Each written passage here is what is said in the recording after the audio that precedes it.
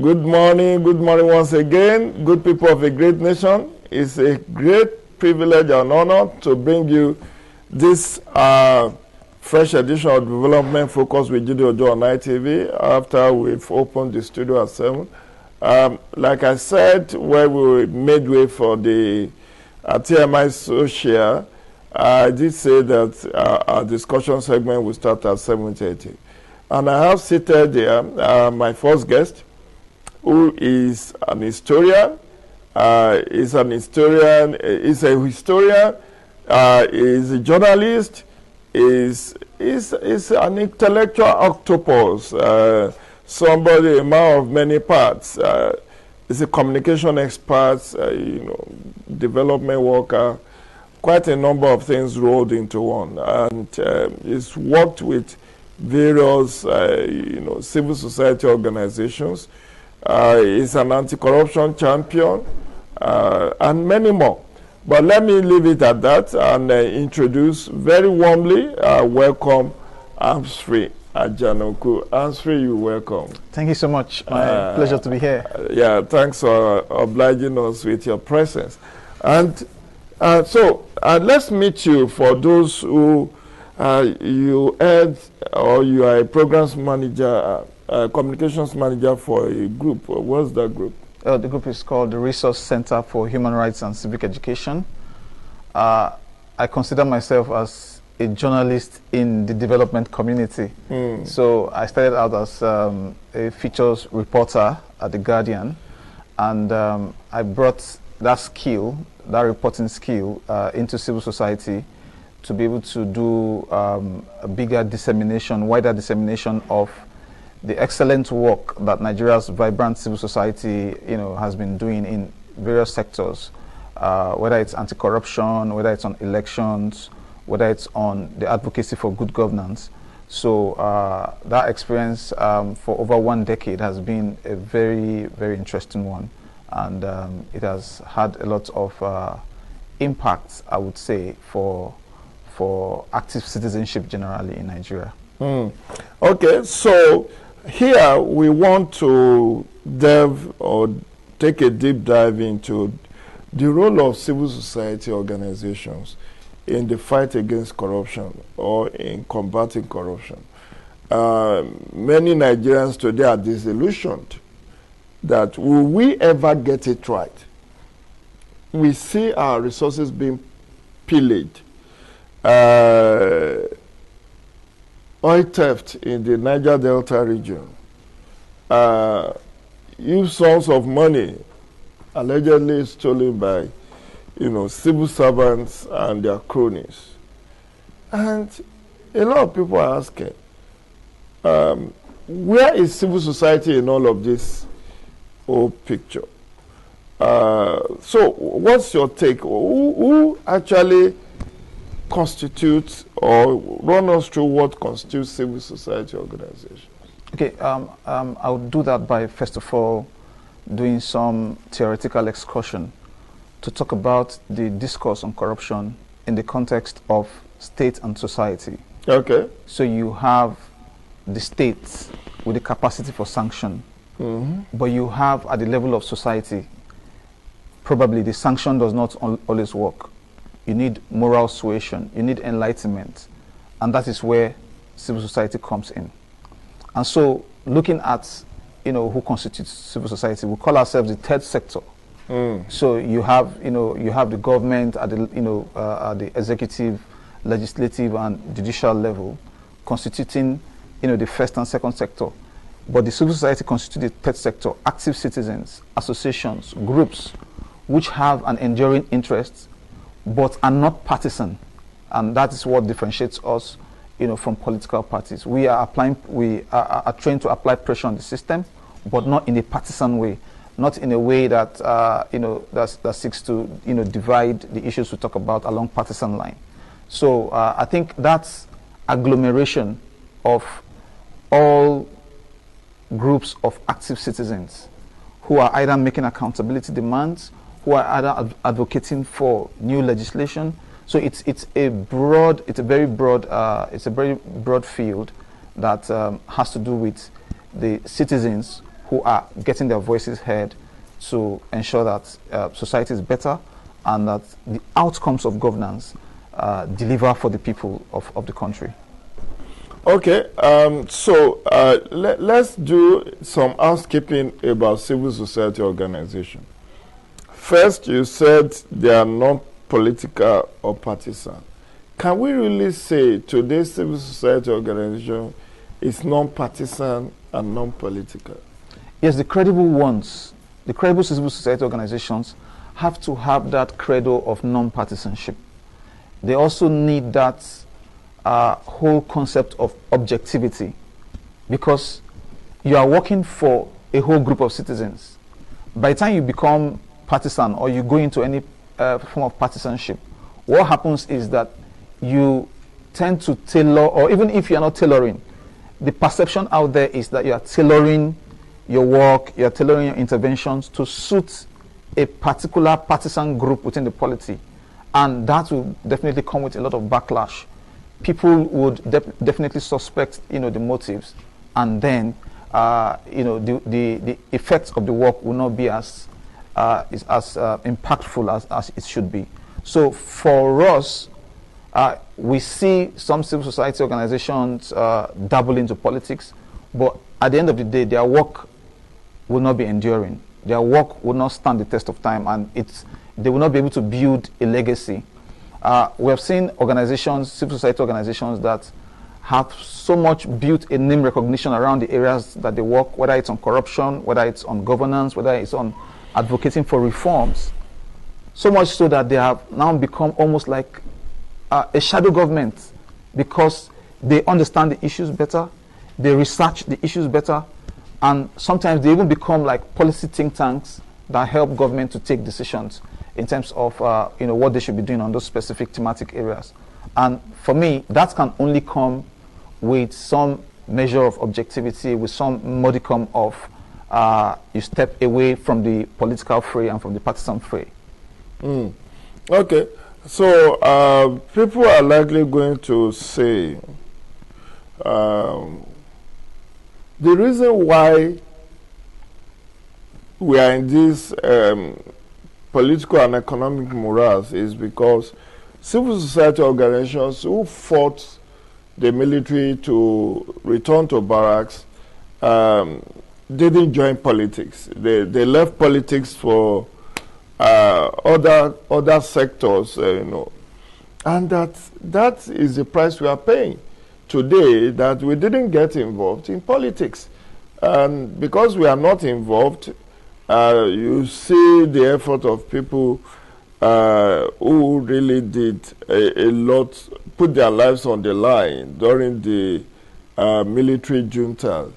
Many of them said, we should not be seen contesting elections, getting involved in partisan politics. So we want to hold the moral compass for society.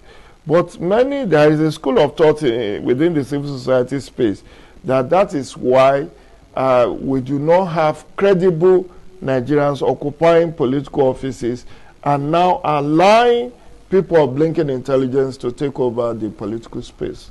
Yes, how will you react to that? I agree absolutely that there is a distinction between civil society as we have it now and the way we had it in the military. Now the sector has become increasingly professional. It's no longer a sector where people just come bang the tables like in the time of the military, where the adversary was clearly defined, was the military. There was unity of purpose. Everybody wanted the military to go. Now, my own position, our own position is that you can be in civil society, get all the skills, get all the capacity, and make a transition into politics. There's nothing wrong about that.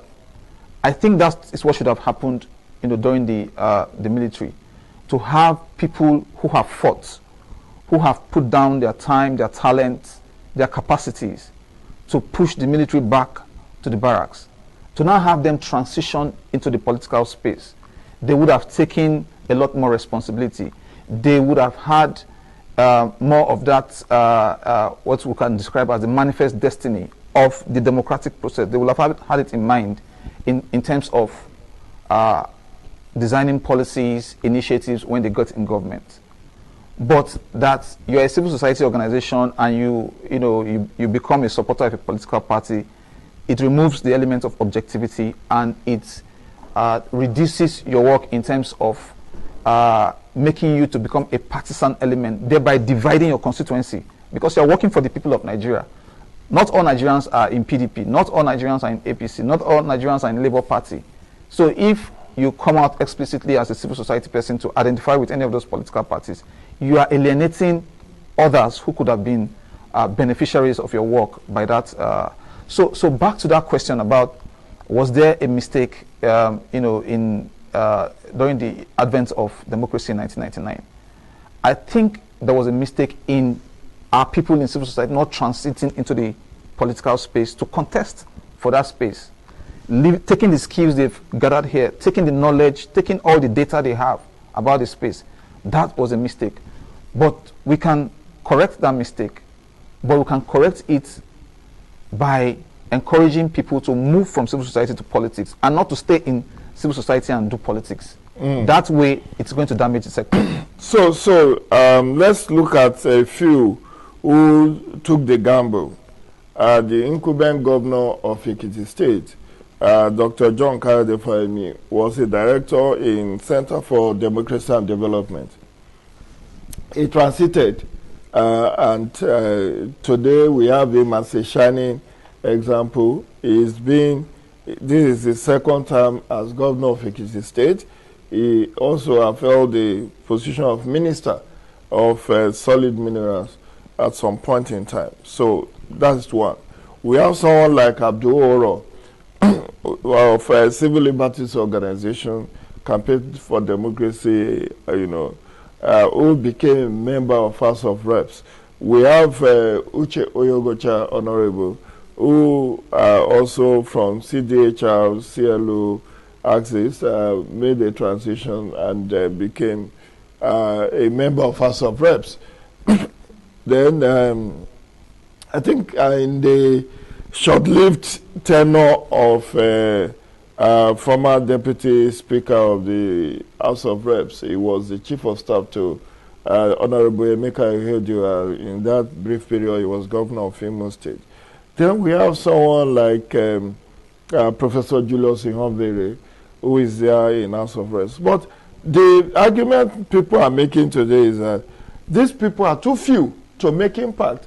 And more so like those who joined the parliament or the assemblies, whether state or federal assemblies, that is just a sprinkle, and they could not actually galvanize and make and build that critical mass that will have demanded for change. Do you believe this, Ko? Absolutely, absolutely. I agree absolutely with the framing of this position.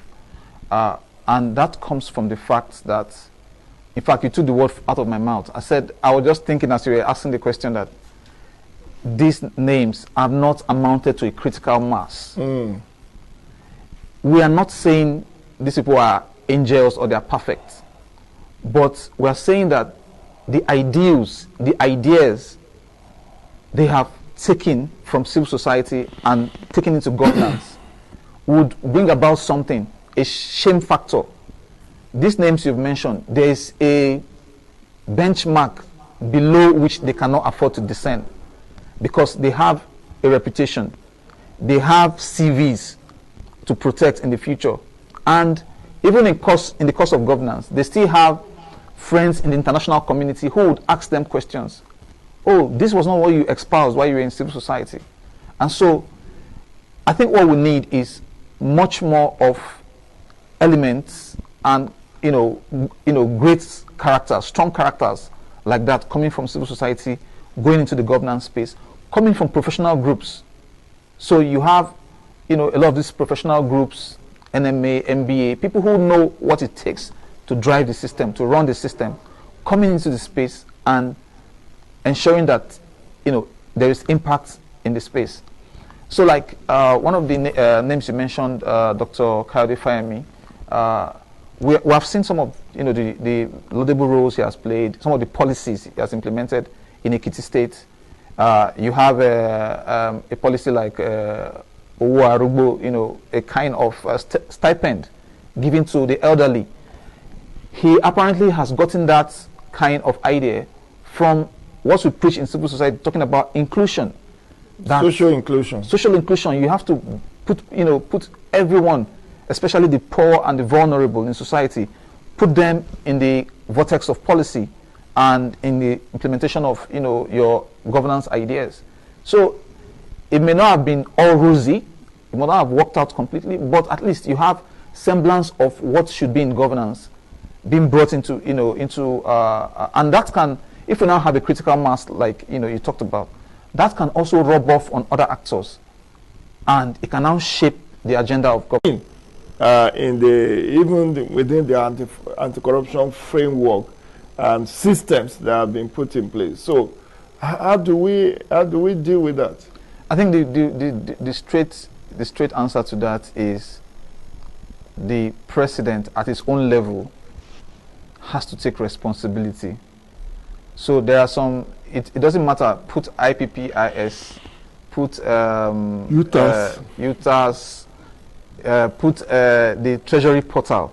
In fact, the Treasury portal is actually very interesting, where it said that every contract of the government that is above 10 million should be published on that portal. And you have many ministries that have defied that directive. They don't even care that a directive like that exists. Even in terms of submitting simple reports to the Auditor General, you have several ministries that flout that for years have not submitted reports. And so, is it like the audit system is bad? No.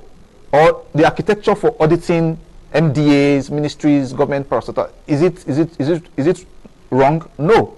It's not. Is it not working? It's not like it's not working, but some people have just seen that there is no political will and there will be no consequence. And so they feel they can defy those extant rules and those accountability mechanisms that have been put in place. And so it takes the political will of a leader to say, I won't condone this in my government. That is a critical element. If you do not have that, people will just take the government as free for all. And that is what is currently happening. And so the president has to demonstrate that for the time left, he really means business on this cause. If not, we'll just say, okay, let's watch things and allow things to flow the way they are until probably a new government comes in next year and decides to stamp its foot and says, no, this is the direction we want to go in terms of anti-corruption within the government. Also, let's come back to issue of the president, holding president to account for the lackadaisical war against corruption in Nigeria. I recall being in a media interview with a commissioner in Code of Conduct Bureau, and he was almost broken down in tears that for the enormous constitutional responsibility given to Code of Conduct Bureau and Code of Conduct Tribunal, that their budget is less than 1 billion to run that office. These are people who are supposed to go abroad and verify some of the claims made by political office holders in their what's it called that you this thing you fill asset declaration forms. Yeah. Some of the governors will say, I have houses in Washington, in South Africa. They are supposed to go to relevant departments abroad to say, okay, this particular house, is it actually owned by this? Because some people make upfront, advance declaration of what they will steal to match up. Exactly. But he said he is shocked that they do not even have enough resources to do local travels, let alone, going abroad to investigate some of those claims. And it's the president or the executive branch that makes the budget. Is this Is this not seen by those in authority as an attempt to clip the wing of an agency like Code of Conduct Bureau? Again, maybe you take this along. The Office of Auditor General of the Federation, who's been doing a great job anyway. Audit report every year. I think we are now on 2019 audit report. They do not have, I don't know whether they've completed they are in rented apartments across the country. And again, it shows lack of sufficient funding for that office. Is this a deliberate ploy by the state to frustrate the anti-corruption? I would argue that there is elite collusion. There's elite collusion. And you also see that in the fact that there are some landmark convictions that were recorded by the anti-corruption agencies, which were, with a stroke of the pen, reversed by the Nigerian leadership at the highest level. So we do not need to look too far. This is elite collusion. In political science, we have a concept of elite consensus. But in the anti-corruption context of Nigeria, I think this is elite collusion, because the elites have agreed that, yes, even if one of us run foul, injury to one is injury to one. So we have to protect exactly one of our own. Exactly. It's an elite consensus to protect their own. Exactly. So that is what is happening. If not, you just imagine comparison. The US, for instance, has the Office of the Inspector General. In fact, that the Inspector General comes to your office to demand records alone, you know how you work in overdrive to get it delivered, because you know the consequence that if the records are not tidy and they're not, those are climes where there's consequence. But in our climb, it's crime and more crime. There's no consequence. So that's where the culture of impunity comes from. Absolutely. So how difficult has it been for you and other civil society actors to engage the fight against corruption in Nigeria? There's also, maybe I should allow you to answer that before I go to the next question. So it has been a very, very difficult fight. This is not just at the federal level, it's also at the state level. As an organization, for instance, we are tracking constituency projects in some states, Kano states. We're also tracking funds for maternal health projects. So we say we have freedom of information, but the same culture of impunity, is also being displayed there, where people ask for information, on critical public expenditure. The data you even need to work. But in the area of use of assets recovery, that has been one success story. That because you need to also balance the narratives. We should not also make it look like it's all bad stories. In the area of asset recovery so far, like the Abacha loot, there has been a lot more collaboration with civil society. Our organization was part of the coalition of civil societies that followed the money with respect to the Abacha loot that was used for conditional cash transfers.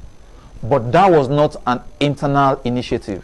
It was because when the countries that were to repatriate the money saw that they had repatriated some money and those monies could not be accounted for, they decided to write into the agreement that civil society has to be involved in the next tranche of the Abacha loot, which was used for conditional cash transfer and some social investment program. That way, we're able to put together reports to say, at this cash point in social local government, we saw, because we deployed observers to the field, monitors to the field, to watch how people were collecting these monies, documented these processes, shared issues of where there were issues of corruption, trying to shortchange the beneficiaries. We flagged all these issues and shared with the government. So there is a win-win strategy if government actually collaborates with a civil society. But in most cases, I think many government officials have that aversion for that collaboration.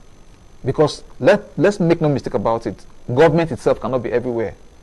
It also has to work with actors that have expertise in various parts of the country and on various thematic issues to be able to deliver on its mandate.